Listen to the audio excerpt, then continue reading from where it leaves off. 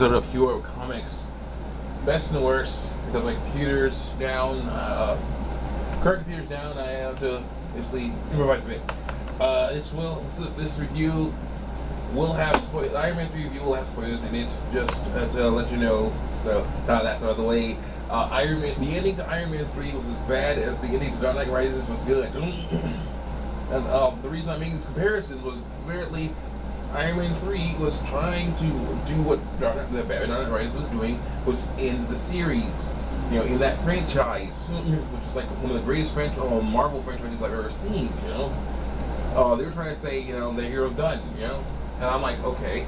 The way that Batman, the opponents in Dark Knight Rises, the way Batman did it was, set up was that this is a guy who was willing to sacrifice himself for for people that he cared about. That's why he had the suit on. And Iron Man 3 at the end, we have a guy who says, I don't need the Iron Man suit to validate myself. Okay? So forget all of you people, especially those people I saved with the Iron Man suit. I'm gonna just give that up and get out of here. That's the issue. He even threw away, and one thing I really was not liking was that he threw the his awesome chess piece into the ocean.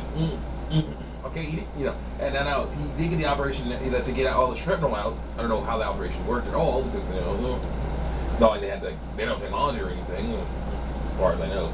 Anyways, so it was weird. It was very weird that way. But why not? He didn't even frame it. Why not? Frame it, or better yet, patent it. It has that new element. It's the thing with that new element in it. Patent it, frame it. Patent it. Mass produce it. At least for the people, for the police force, or for the army or the police force or something.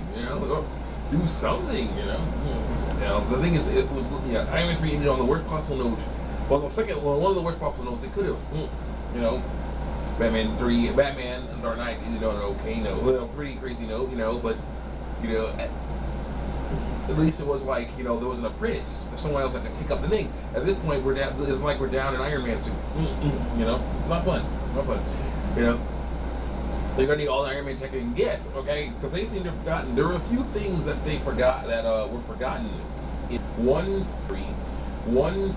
there are like a few things. One was the Avengers, okay?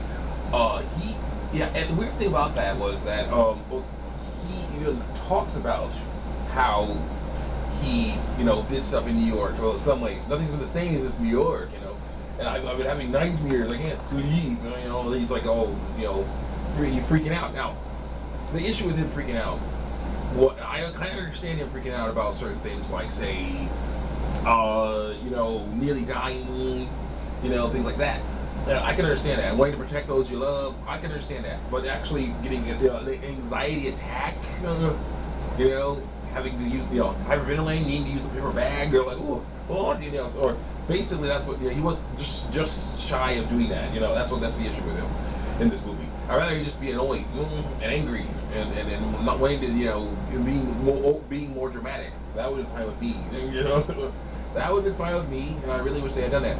Anyway, what happened was, you had, the guy just totally he didn't need the suit. Now, the issue is, here's the deal. Grace, wait a minute, let's see here. Okay. Yeah, the Avengers. The first thing he forgot was the Avengers, okay? Basically, in the awesome, fun, fun thing, how Iron Man 3 should have ended, they had the part where the Avengers flew right after his battle with Aldrich Killian. The Avengers came over, right? Came over and were like, hey, okay, Tony, we need you to get the suit on. Tony, we need to get the suit on. The world's in danger. We need you're up to save it again. It's like, well, I just blew up all my suits. So it was like, but what are you gonna do now? Like, then Nick Fury is like, Nick, help. He's like, Tony's like, I can still help. I am Tony Stark. I'm a billion. I can invent all kinds of cool stuff for you to need. It's like, well, we need you in the suit. It's like, well, sorry, I told you, I just blew up all my suits. It's like, and then Nick Fury's like, well, Tony's out. I'm like, no, wait, I got they left. I'm like, same thing. They forgot. Oh yeah, he said, when they first landed, came down, and started talking to him. He's like, oh yeah, that's right, you guys still exist. That's basically what this movie is like to me. You know, they forgot about them. He forgot about the Avengers. He forgot about a bunch of things that you should have done after Iron Man 2. One of which being getting his friend's armor suits. Okay, now it was I like seeing Pepper in the armor suit because we knew she was protected. It looked a little weird, but she was protected. All right. And Happy, why did you get Happy an armor suit? At least a chest plate or something. It was terrible. He got caught in that explosion. Oh my gosh, he didn't survive, but oh my goodness. But if he had an armor suit or an armor chest plate, it would survive a lot better. It's so crazy. Well, and of course, Rhodey. Did you help him upgrade his suit? But this is the issue with me. Yeah, he forgot about his friends. He forgot about his friends in this thing to me.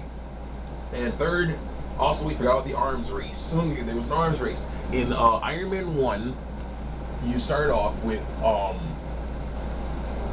Tony Stark as a billionaire playboy philanthropist. I just say it. Whatever, that's how you say it. He is basically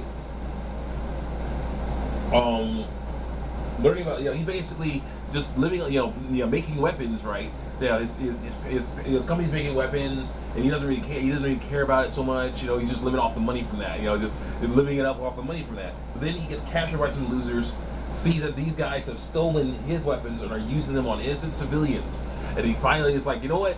I'm gonna, he finally decide, make something, a weapon that can defeat those weapons. And that's the Iron suit, the Iron Man suit, the first Iron Man suit. He makes that thing, and then he makes that thing right, and then uses that idea to start on making better and better Iron Man suits, basically. And so the arms race begins. In Iron Man 2, it escalates. You have people all over the world trying to make Iron Man suits. The iron suits, they're not doing so well. As he showed in that press conference, you saw that thing where all people were like, crashing and burning and whatnot. It wasn't going over so well. But and they had Justin Hammer in there, Hammer in there doing stuff. And it was like, well, yeah, it was so great. But it was really funny. But still, people are trying. Then later in the movie, you had a guy who was able to mimic or make a Tony Stark arc reactor that was small enough to fit on someone's chest. Didn't make a really good armor suit at all, but you had the arc reactor, you had the technology, the power, and then you had Justin Hammer who was making iron suits and trying to make iron suits too. He didn't make them as good as Tony's, but he made them good enough to fight against Tony's. So that was an issue right there. And Iron Man 3, though people kind of forgot about it, it's even worse. Now you have guys who can basically become human torches. Basically, that's the easiest way to explain it. Because they can increase their temperature by thousands of degrees and burn through stuff. Okay, so now they can damage. There are people out there who can damage iron suits who don't even need iron suits. Okay, this is the time to gear up, Tony. Not the time to quit, to shut it down. So that was the issue with me. I was like, what the heck? Oh my gosh, thinking, okay, did you get, he's like, I don't need, they called it, in his monologue at the end, he called it the Iron Man suit a cocoon, I emerged a different man. I'm like, okay. So, what a cocoon is usually something that you come out, you stay in for a little bit, then you come out, and that's it. You don't ever use it again. I'm like, no, this is not a cocoon. It's an awesome way of protecting yourself from, like, say, human torches, Especially since we don't know if we got all of them, You don't know if we got all of them. You got all of the Chilean, but did you get anyone else?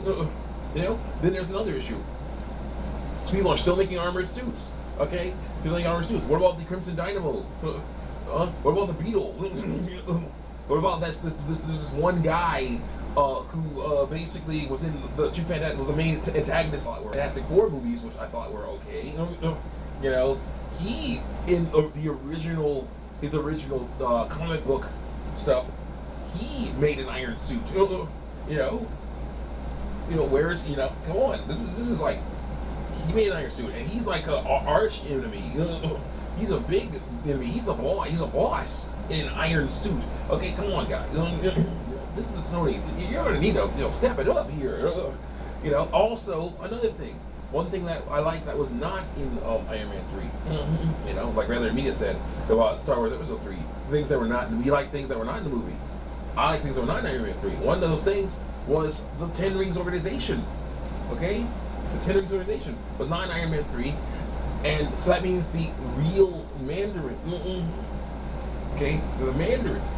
There's probably a guy, as it is the Marvel Universe, there's probably a guy out there actually collecting rings to increase his power. The real Mandarin, okay? I'm pretty sure that guy is out there, okay? This is not only just Beast. This is not only the Marvel Universe, the Iron Man Universe, the Marvel Universe. This is the J.J. Abrams Star Trek Iron Man Universe.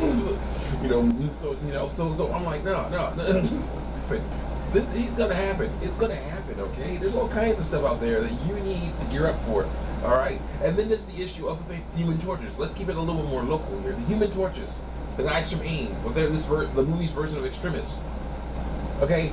They were able to, just mess up iron suits, okay? How would someone in Kevlar do against those guys? Not well at all. They get, just go right through them. People would just go right through them like they did in the movie. So you need to, reevaluate, man. Now, I didn't see like the ending at the end. See anything at the very end of the credits because it was a bootleg. The guy was like probably going, oh crap, the usher's coming. Gotta stop it now. So like that. So I don't know exactly what happened at the end of the credits, if there were any things at the end of the credits, but still, from what I saw, it looked horrible. It looked horrible. I'm so sorry, but yeah, in my opinion, Iron Man 2 is still the best sequel. I liked Iron Man 2 a lot. I think it's one of the best movies, but still, the best sequel for the Iron Man franchise, because it kept built on what Iron Man 1 did. It got it definitely got busy. Not like Spider-Man 3 though. You had three guys trying to beat three guys trying to kill the hero all at once. Well, Iron Man 3, you had one guy who wanted to kill the hero in his Iron Man suit. You had another guy who helped that guy kill. And then because you had War Machine fight him like once. He wasn't trying to kill him. He was just trying to, stop him. But this was way better. Iron Man 2 is good. It was really good. People hated on it because, well, I don't know, because it was definitely a bit busy, but still, it worked. It flowed a lot better. It flowed pretty well, and it had a nice ending, unlike Iron Man 3. Now, there was another thing. Pepper. What happened with Pepper? The issue with her was they kind of messed that up. There was a part where she got Extremis in her, and basically, she, Tony had a bunch of Iron Man suits fly around and beat up people who had Human Torch heat signatures. Okay, now, obviously Jarvis, only seeing heat signatures and not people's faces like he would never do. He would never do, by the way, but somehow decided to do it that time. Saw Pepper's heat signature and decided to attack her.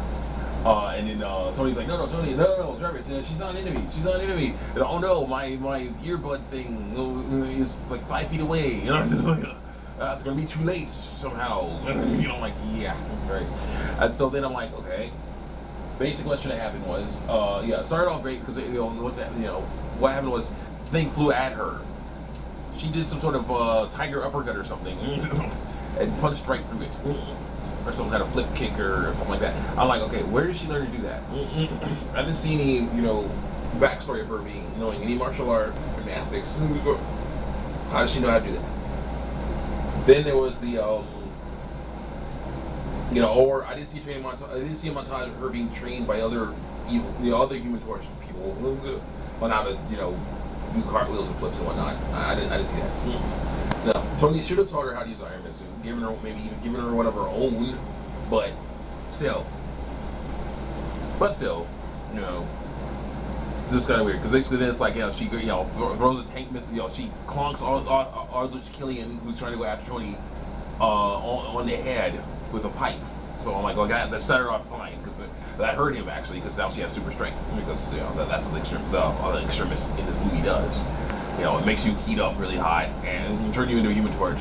You have super strength and agility. That's basically what it does, which is kind of cheap and annoying. But anyway, Then she grabs the Iron Man. She had to like punch through the Iron Man suit, breaking it into pieces. She grabs the Iron Man suit, arm for the Iron Man suit, puts it on. And there's a tank missile nearby. She grabs that tank missile, throws it at Aldrich Killian, figures out how to get the repulsor ray blaster to work on the Iron Man suit arm. Shoots the tank missile as it's flying toward tank missile it's right in front of Aldrich Killian's face, and that blows him up.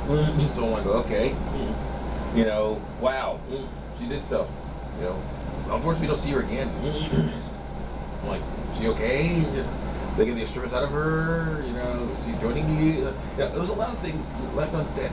A better ending for Iron Man 3, the one they had, where he's like, yeah, forget all this Iron Man stuff. I don't need this to be me. I'm more than just the suits. Which you already knew from Iron Man 1 and other stuff like it. Instead of doing that, he should have been like, okay, I'm going to. It should have been like, him in the iron suit and the Mark 50 or whatever. Flying around or walking around or whatever. Flying around or whatever, or walking, let's say walking. Walking around, being cool, maybe at a party in the Iron Man suit, that'd be kind of fun. Then, all of a sudden it's like, Rhodey flies over in his Iron Patriot armor. He's like, Tony, we gotta go. We're like, Tony, yeah, probably. Like, what is it? What is it, Rhodey? He's like, oh, there's this guy in this little town called Latveria who says that he has an iron suit that's better than yours. He's gonna take over the world. Yeah, stop him. You're like, all right, well, then Pepper comes over. Pepper walks over, and maybe in her own iron suit, or something. And he's like, all is well. Come on, Pepper. I always wanted to go to Europe. Maybe we can stop by Venice on the way. Make us on Venice afterward. Let's go. It's like, it's like they all fly off into the sunset. I would have liked that as a better ending to the Iron Man 3 and Iron Man franchise. Super cheesy, but not as bad. Not like a big middle, not like a big upper F you to the fans. Like this ending was to me. This thing was like an insult. This ending was such an insult. That was the biggest thing. Okay, Iron Man without the suit's fine sometimes. When in the middle, okay, when he's figuring things out for himself, then he gets the suit. Like Iron Man 2, he had to figure things out for himself. Get a suit. He lost the suit, had to figure things out for himself. Got a better suit, was able to beat. Do things. Conscience clear. Trying to get down to work, trying to get down to business, personal stuff's good. Trying to get on with this stuff, the action part, for a good ending, that's what I liked. They should have had something like that here. They could have just had him just be like, what? I am Iron Man. Let's drive off, come on, Mark, whatever suit, little chess piece. You kept me alive all this time. I don't need to throw you into the ocean, Something like that would have been nice. Even if he did frame it, even if he did frame that thing, the thing is, of course, you can still, at this point, the guy's still alive, still able to, make suits if he wants to, but I'm not sure he wants to. This ending, that's kind of sad. I feel like Luke Skywalker on A New Hope, when Han was taking his reward and leaving while everyone was going to fight the Death Star. It's like, you're turning, the people need you. You're turning your back on them, and it's like, and it's like, imagine if it ended right there, if The New Hope ended right there, and it's like, Luke, whatever, may the Force be with you. And it's like, yeah, whatever, like, what the heck, man, yeah, you're a scoundrel. You're a cool guy until this. It's like, same thing here. Just fell so far. So horrible. So, yeah. Actually, most things on Iron Man, when I think of the Iron Man thing, things are running a bit long, and the battery's about to go out. So I'm going to end this video on the camera and stuff. See you next time on the next episode of Hero Comics Just in the West. Check out my Halo 3 and my Blue Giant and all my other stuff, my Mugen stuff. I'll get back to that as soon as I can when I get my new computer. And the best and the worst. And all the other stuff I'm working on.